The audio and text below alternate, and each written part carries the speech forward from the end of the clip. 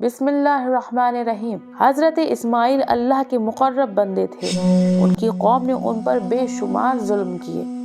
اب آپ سوچ رہے ہوں گے میں کس پیغمبر خدا، کس اسماعیل کی بات کر رہی ہوں۔ قرآن مجید میں ان کا تذکرہ اس طرح سے آیا ہے: یاد کرو اسماعیل کو قرآن میں، یقیناً وہ وعدے کے سچے تھے اور وہ پیغمبر مرسل تھے، اور اپنے گھر والوں کو نماز ادا کرنے اور زکوٰۃ دینے کا حکم دیتے تھے، اور پروردگار کے نزدیک پسندیدہ تھے۔ جب اس آیت کی تفسیر امام جعفر صادق علیہ السلام سے لی گئی تو آپ نے فرمایا، اس آیت مبارکہ میں اللہ نے جس اسماعیل کا تذکرہ کیا ہے وہ اسماعیل ابراہیم کے بیٹے اسماعیل نہیں ہے، بلکہ یہ دوسرے پیغمبر خدا ہیں۔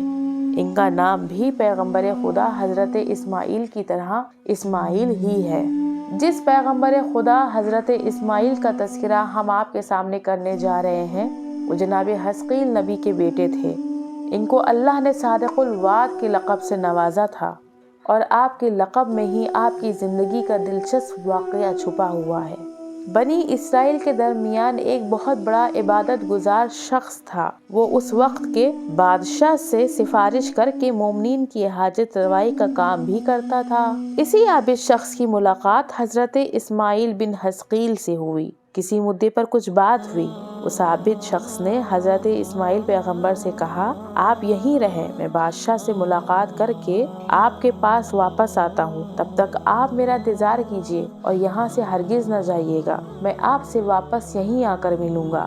وہ عابد شخص حضرت اسماعیل بن حزقیل سے تاکید کر کے چلا گیا، لیکن جب وہ بادشاہ کے پاس پہنچا تو وہ بھول گیا کہ میں کسی کو انتظار کرنے کے لیے ٹھہرا کر آیا ہوں۔ روایت میں ہے کہ جناب اسماعیل 1 سال تک اس کے انتظار میں اسی مقام پر ٹھہرے رہے۔ خدا نے اپنے فضل سے ان کے لیے ایک پانی کا چشمہ جاری کیا، سبزہ اگایا جس سے وہ کھاتے تھے پیتے تھے۔ خدا نے ایک ابر بھی بھیجا، یعنی ایک بادل بھی بھیجا جو ان کے سر پر سایہ فگن رہتا تھا تاکہ ان کو دھوپ کی شدت سے محفوظ رکھا جا سکے۔ ایک روز ایسا بھی آیا کہ بادشاہ سیر و تفریح کے لیے نکلا، وہ عابد بھی بادشاہ کے ساتھ تھا۔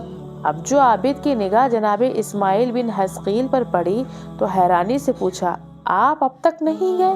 آپ یہی ہیں؟ جناب اسماعیل بن حزقیل نے اس کو جواب دیا کہ تو نے کہا تھا کہ یہاں سے نہ جائیے گا جب تک میں نہ آ جاؤں، لہٰذا میں یہیں ٹھہرا رہا۔ جناب اسماعیل بن حزقیل کے اسی وعدے کو پورا کرنے کے سبب اللہ نے ان کو صادق الوعد کے لقب سے نوازا۔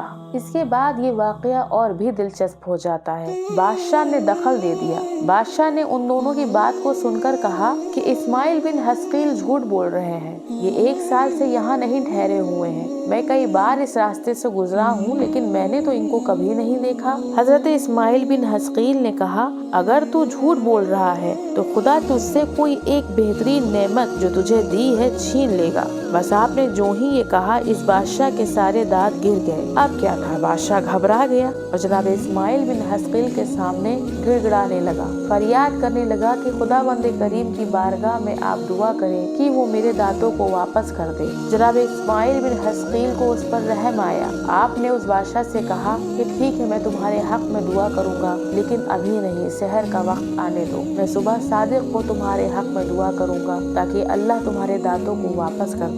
یقیناً سحر کا وقت دعاؤں کے لیے بہترین وقت ہے، عبادت کے لیے بہترین وقت ہے، لیکن کیا آپ سوچ سکتے ہیں کہ ایسے معصوم اور سچے نبیوں کے ساتھ کیا کوئی ظلم بھی کر سکتا ہے؟ روایت میں ہے کہ آپ کے قوم کے لوگوں نے آپ پر بہت ظلم کیے، آپ کے سر اور چہرے کے چمڑے کو یعنی کھال کو آپ کی زندگی میں ہی اتار لیا گیا۔ خدا نے ایک فرشتے کو بھیجا اور کہلوایا کہ اسماعیل، تمہاری امت نے تم پر بہت ظلم کیے ہیں، اب تم جو بھی چاہو حکم کرو، میں اس کا انتقام لوں گا۔ یہ سن کر حضرت اسماعیل بن حزقیل نے کہا، میں نہیں چاہتا کہ اس وقت اس دنیا میں ان سے انتقام لوں، چاہتا ہوں کہ صبر کروں اور اس دنیا میں پیغمبر آخر زمان کے فرزند حسین ابن علی کا ناصر بن سکوں اور ان کے جہاد کا کچھ اجر